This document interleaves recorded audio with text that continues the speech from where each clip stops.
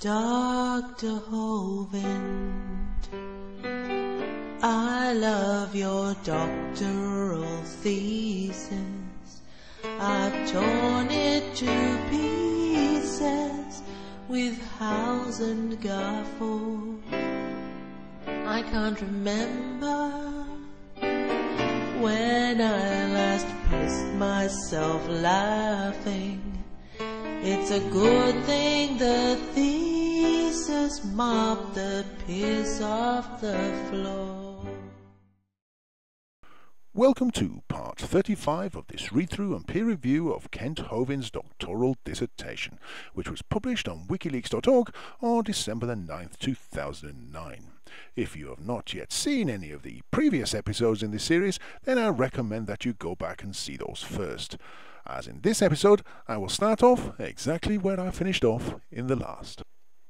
In the last episode, Kent got himself a bit muddled and came to the staggering conclusion that the religious philosophy of humanism was indeed a religion.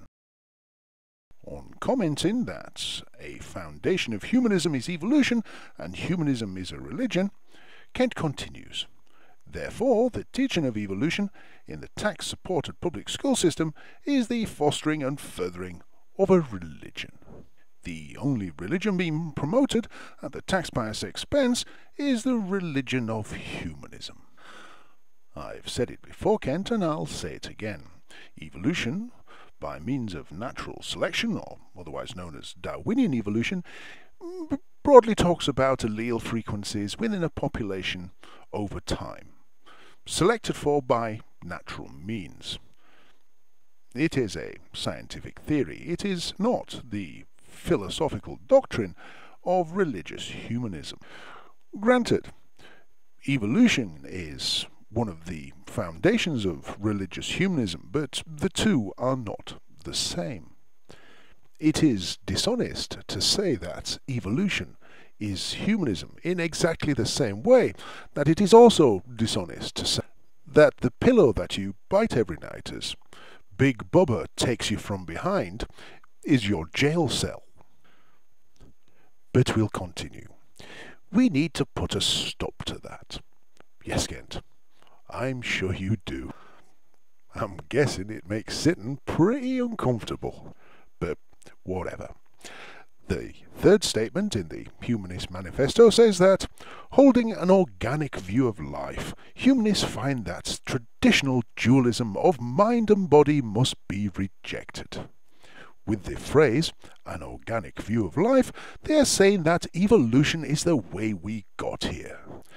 Actually, Kent, with that phrase, I would presume that they were referring to an organic view of life, as opposed to the okey-pokey metaphysical spookiness that you talk about. Or even the direct opposite, an inorganic view of life. You know, that of maybe pure chemistry. But anyway, the fourth statement says, we are products of a gradual development. Gradual development, again, refers to evolution. Kent, a question for you. Did your mother spit you out as a fully grown adult? Regardless of the fact that you talk bullshit as though you were born yesterday, did you know everything you know now when you were born? Or did you gradually develop from childhood to adulthood? Yes? Well, we'll carry on. The eighth statement in the Humanist Manifesto says, one moment, what happened to 5, 6, and 7? Oh, never mind. It says, religious humanism considers the complete realization of human personality to be the end of man's life and seeks its development and fulfillment in the here and now. Again, they refer to their philosophy as religious humanism. Yes, Kent, because that's what they're describing. It's kind of what the statements are all about. But we'll carry on. The 9th statement says, in place of the old attitudes involved in worship and prayer, the humanist finds his emotions expressed in a heightened sense of personal life, in a cooperative effort to promote social well-being. What, Kent? No need to comment on that one? What happened? You just thought you'd stick that one in for a laugh, or did you originally write something and think, no, that comment's bullshit, and you took it out? Eh? It's just as well you didn't do that with the rest of it, as we'd still be back on page 1. But anyway, Kent continues. The 12th statement says, religious humanists aim to foster the creative in man and encourage achievements that add to the satisfaction of life. No comment on that one either, Kent. If its presence does nothing to advance your argument, why did you put it in? But we continue. The 13th statement begins, religious humanism maintains that all associations and institutions exist for the fulfillment of human life. What? Once again, no comment. Well, we'll continue. The last paragraph of Humanist Manifesto 1 says, so stand the thesis of religious humanism. That is the gist of the Humanist Manifesto. Kent, if you were just going to put things in there and not comment on them and say how their presence advances your argument, I see no reason why you just did not reproduce the Humanist Manifesto and all its statements in full. At least we'd get the context, we'd understand what they're actually talking about, rather than getting your slanted point of view. But we continue through Kent's mangled English.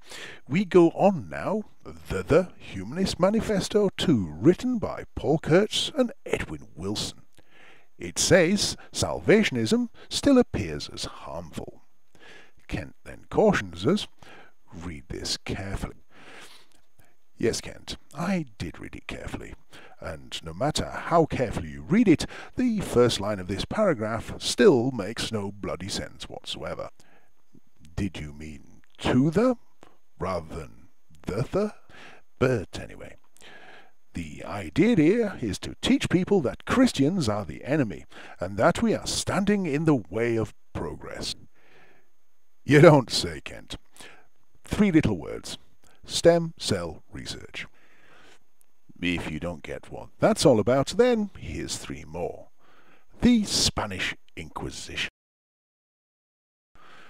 Nope, no men in red robes. We'll carry on. I believe we as Christians need to be aware of this message. That's a good idea, Kent. Be aware of it, do something about it, shut the fuck up and get out of the way, and let humanity progress. But I digress. Most of the programs on television are examples of Hollywood's definite desire to discredit Christianity. That's presumably when Christianity's not doing its best to discredit itself. You will not see a preacher portrayed as a God-fearing man. You will see him portrayed as a wide-eyed fanatic, killing people or stealing money from the church or some other evil deed.